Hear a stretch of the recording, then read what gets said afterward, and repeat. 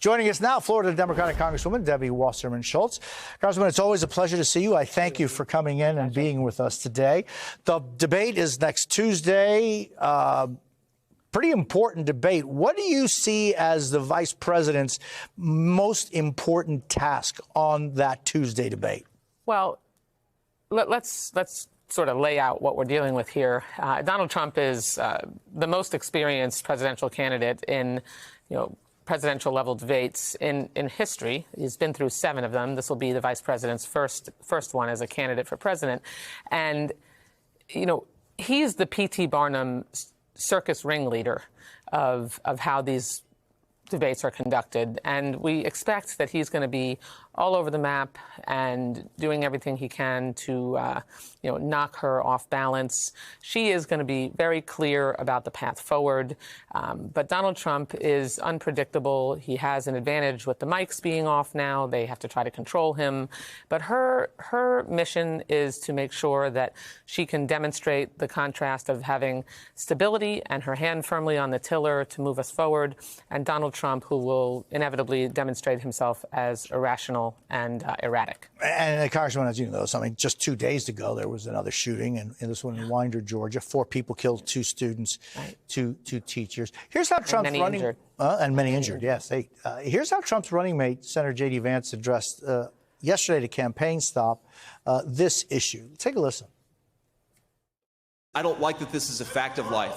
But if you are a psycho and you want to make headlines, you realize that our schools are soft targets. We've got to bolster security so that if a psycho wants to walk through the front door and kill a bunch of children, they're not able to. What's your response to that? Jose, a fact of life in high school is acne and your first crush. Not that you might get shot up by a mass shooter who is your age and has easy access to bring an AR-15 to school and shoot up the school. And to have a candidate for vice president like J.D. Vance suggest that we should just accept that a person hell-bent on engaging in a mass shooting is just a fact of life that he's going to be able to is crystal clear how Trump and Vance and the MAGA extremists are way off base.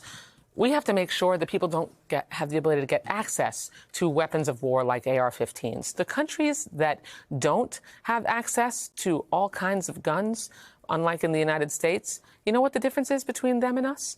They don't have these kinds of mass shootings, and we do. So, yes, we need to harden targets, and we need to make sure we keep kids safe and the public safe in various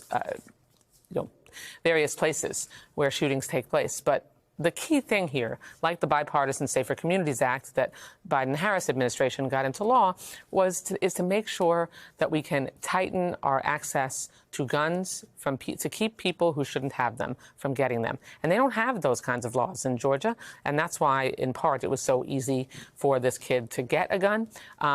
Made even easier by the fact that his father, and I'm glad that he was arrested, actually bought him a gift after being questioned last year. In May of 2023. We're coming, Congressman, as you know, up on the 1-year mark of the October 7th massacre in Israel. More than 1,200 men, women, and children lost their lives there. We're still seeing more than 100 hostages being held by Hamas in Gaza.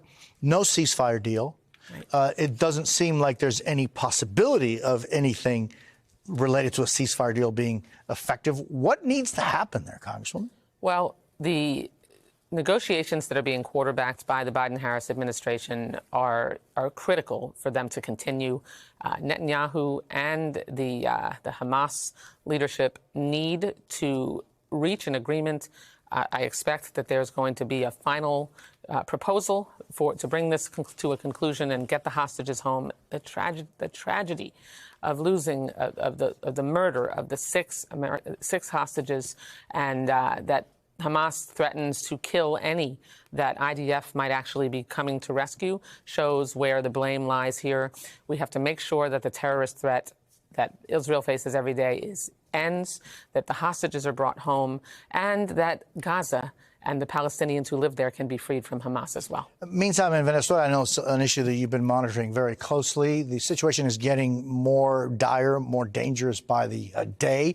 What do you think? Maria Corina Machado just yesterday held a news conference, and she said that one of the things she really needs is more solidarity and assistance from the United States. I know that you have actually called for things. What exactly needs to happen there? Well, first, the Biden-Harris administration just announced a few days ago that they're preparing sanctions that would really be increased, and that legislation I've sponsored called the VOICE Act and the Affect Human Rights in Venezuela Act would adopt to make sure that we can target individuals in the Maduro regime with sanctions that ratchet the pressure up. We need more Latin American countries to engage with us on that, because going it alone isn't going to work. But Speaker Mike Johnson has bipartisan bills ready to go, the VOICE Act, the Affect Human Rights in Venezuela Act, a resolution that is bipartisan that would declare from the House of Representatives that Edmundo Gonzalez won the election to help put pressure on Maduro transitioning to a democracy.